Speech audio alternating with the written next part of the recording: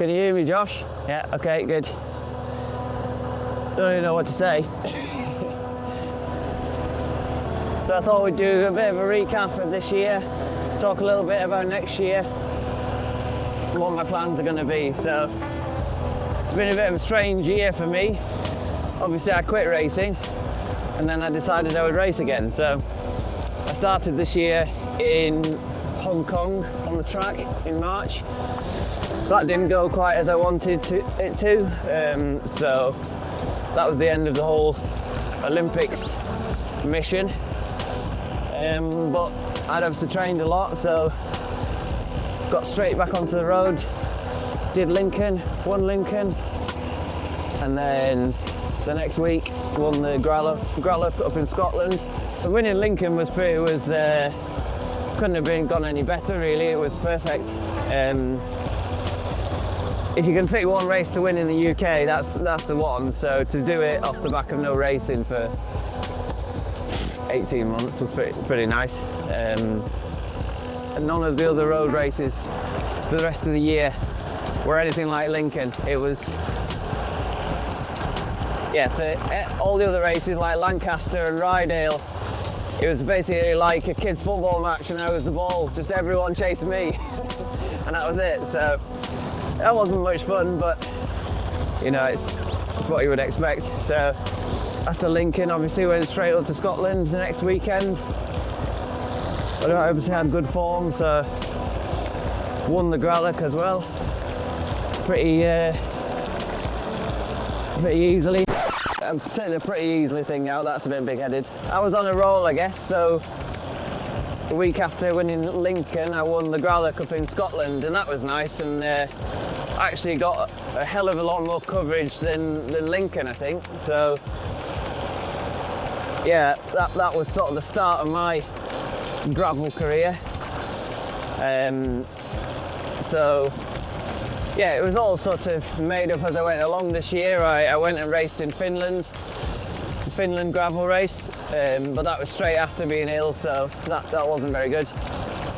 It was my first time in Finland. It was an experience, like if you're gonna go to a gravel race, I'd recommend it. It was really good fun, and it was a strange place. Like the sun hardly ever went down, and the town where the race was is pretty amazing. So that was nice. We went swimming in the lake, went in a sauna, all that stuff. Oh, bloody hell. Look, this is horrible. What are we doing here? What a road. I got this bike so clean. It's gravel. The weekend after Finland was National Road Champs. That was also nothing special for me. Just went so hard that I felt sick, and then I went, I'm gonna stop now. Got off. So that wasn't great. But then yeah, the second half of the season was mostly just about building up to the Tour of Britain, because I got to ride that with GB. And that was really good. I'd obviously not raced a proper big road race for 2 years.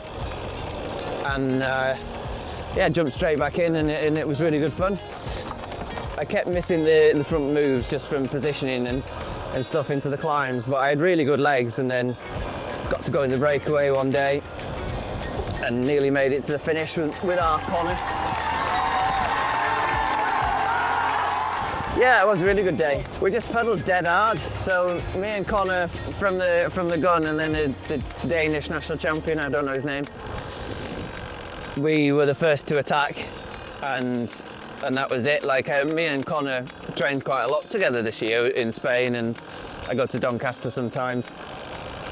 And so as soon as we went, I sort of knew we were not going to get caught, because for the first 10 minutes we were doing 500 watt turns with a 30-second gap. So if you wanted to catch that, you'd have to do 800 watts. It's not possible. So yeah, it was really nice being in that break with Connor, because I know him, he knows me. We're fully committed, and it was just a perfect breakaway day. There was no wind at all. This bike is just unbelievable. I think I had the best setup in the bunch with all the fancy skin suit and this bike, these wheels, time trial tyres, all that business.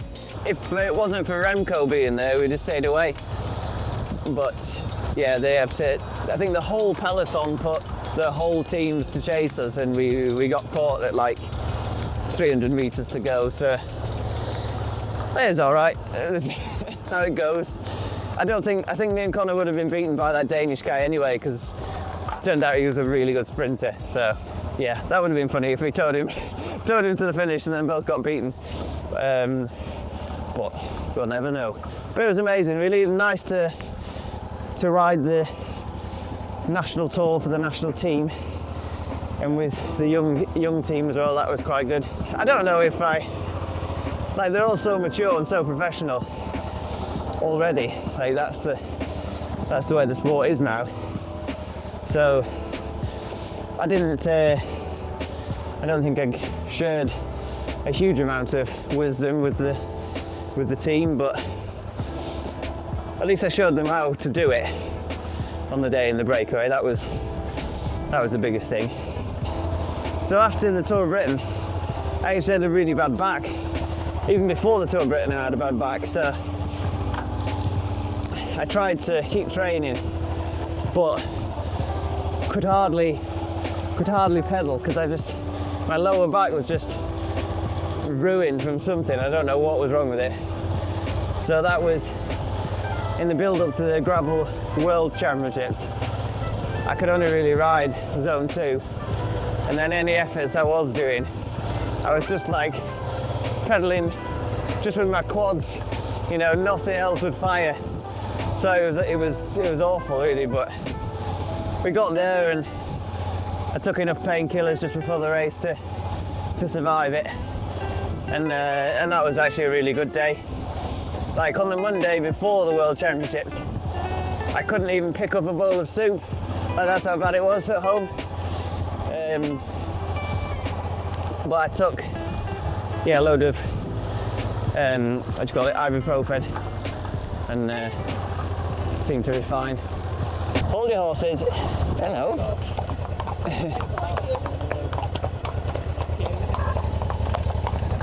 There's some posh horses. But yeah, the Gravel Worlds was amazing. Like I spoke with another guy who rode the age group race, and he said it was the best day of his life. And I'm not surprised, because it was such a good atmosphere. Because obviously the pro race is on the same day, and I think it was the best bike race that's ever happened. It was insane, totally incredibly dangerous. So many obstacles, so many. You could have drowned in quite a good few places on the course, because there were like blind bends into water.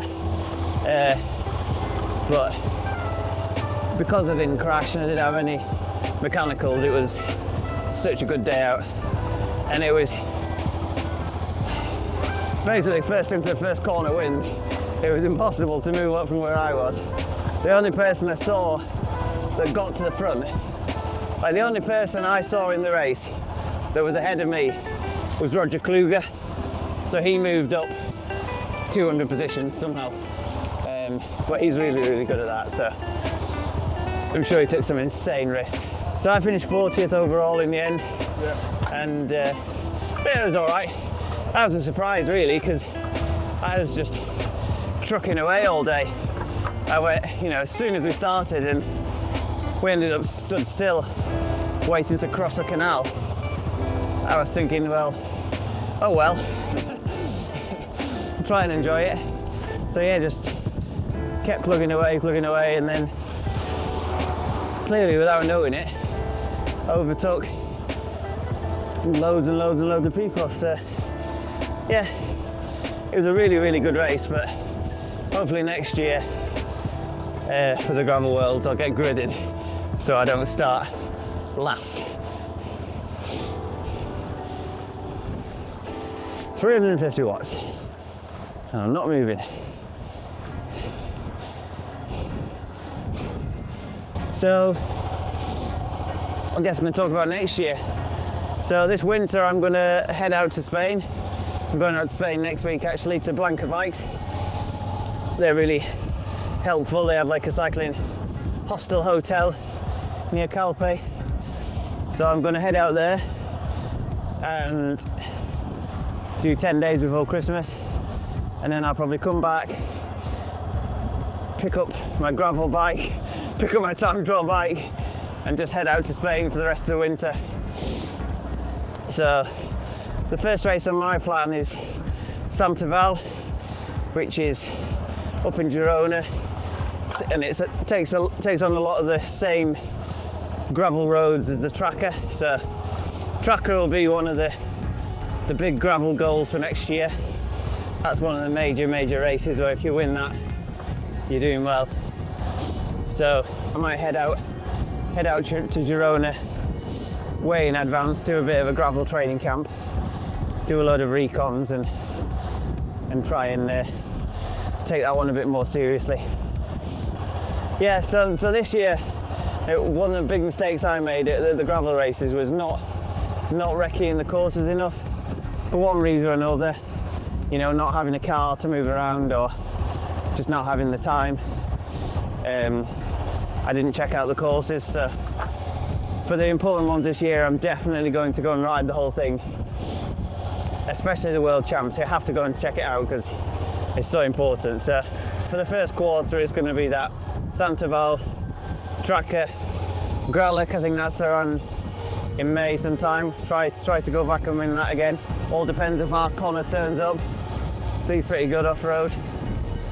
So road will be, a second priority really. Unfortunately, the road scene in the UK is not where it was, so it's not that important. It'd be nice to go back and do Lincoln again, probably Lancaster, because that's the race that my dad organises. So I will end up doing some, but I won't make it a priority. I'll just fit it in when I can, use it for training, and then really focus on the big gravel events. What else can I talk about? Castelli, not quite a sponsor, almost a sponsor. Please sponsor me. Factor, I'd say the best bikes in the world. I know you're supposed to say that, everyone says that when they're sponsored, but it's genuinely ridiculous when you go for it and on this bike. I've been riding my gravel bike since the Gravel World Champs, just because I couldn't be bothered changing things around. And I got back on this on the road and I couldn't believe it. Just the last 2 days. I was lucky to meet the owner of OGT last year out in Spain, at Blanca Bikes actually. And yeah, without him, I would be working at McDonald's now. This whole thing was not possible without his support. So yeah, we'll continue next year. I think we've done a good job of brand awareness. I think everyone in road cycling in the UK must have seen the brand. So we got OGT for next year. Orientation marketing again. Chris from Orientation Marketing, he was really one of the first people to push me back into racing. So my friend Matt Hallam, who's at Velo Edge, he said, "Oh, Chris will help you out," and sure enough, yeah, he did.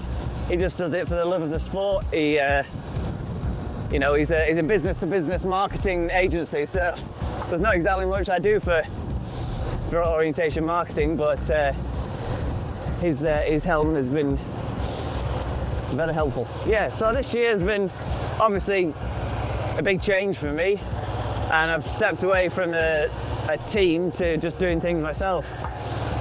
And obviously, when you're on a team, all you have to do is ride your bike and be fit, and that's it. But now this year, it's all about marketing myself and trying to give some return on investment to people. So the whole YouTube thing, I'm probably the world's most reluctant YouTuber, you know.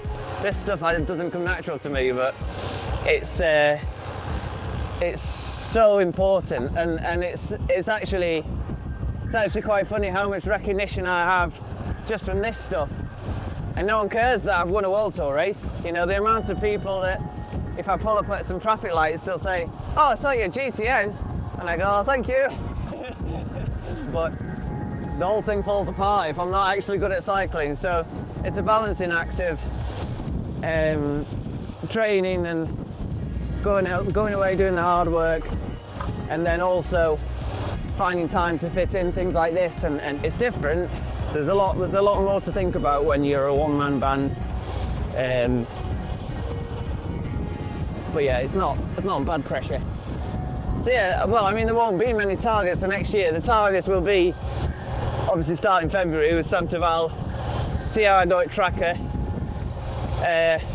see if I can get into Unbound and work out how to get across there, and then I guess Gravel World.